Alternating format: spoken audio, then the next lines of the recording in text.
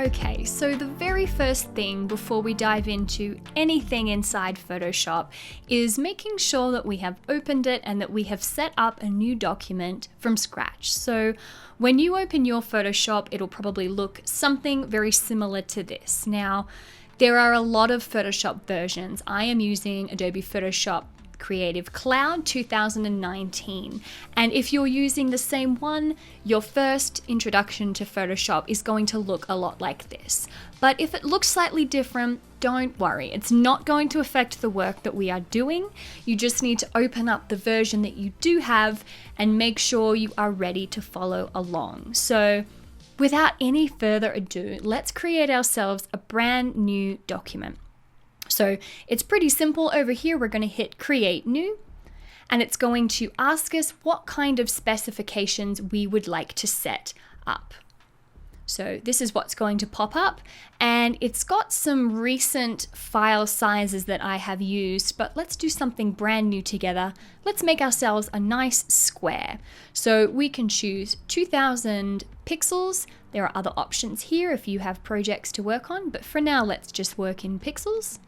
We're going to do 2000 by 2000. Does not matter our orientation because it is a square.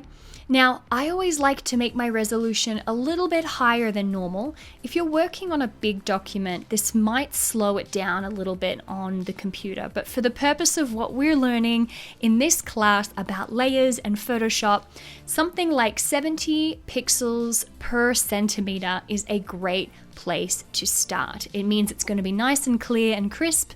We can zoom in a fair way without it getting distorted, but it's not going to be so big that our program is going to crash on us. So let's leave that 70 pixels per centimeter. So in terms of color mode, I like to keep RGB, which is red, green, and blue color. Some people might use CMYK, which is cyan, magenta, yellow, and black, which is more of a web-based color palette. RGB is totally fine, and 16-bit is a little more crisp. So I'm going to go with that. Once we're ready, we can go ahead and hit Create. And this is what you will be presented with. A blank canvas with a bunch of tools all around it, and everything is ready for us to dive straight into. So if your Photoshop doesn't look like this, if you're missing some panels around about the area, don't worry. The default layout for Photoshop usually has our layers panel over here on the right-hand side. I've made mine nice and tall for this exercise, but it might be a little square down the bottom for you. It might just be around about this size. If it is, not a problem. Don't even worry about it. But if you're missing the layers panel for whatever reason, you can come in here and click on Windows and make sure that the tick next to layers, that this has been checked off. If I were to uncheck this right now, you'll see that my layers panel has completely disappeared. So if you're missing your layers at any point, come up here to the window option, make sure you've checked layers, and you'll see that it pops over here on the right hand side.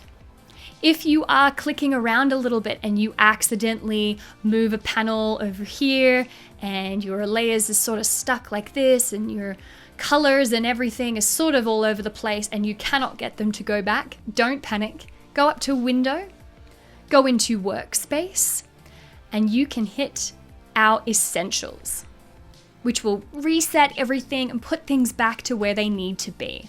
So once again, if you have accidentally moved some things around, if you're clicking about and you see that something's been rearranged, you can go into Window, Workspace, and you can click the Essentials default, and it will reset everything back to where it needs to be. Okay, so now that we have set up our workspace, we know where our layers panel is located.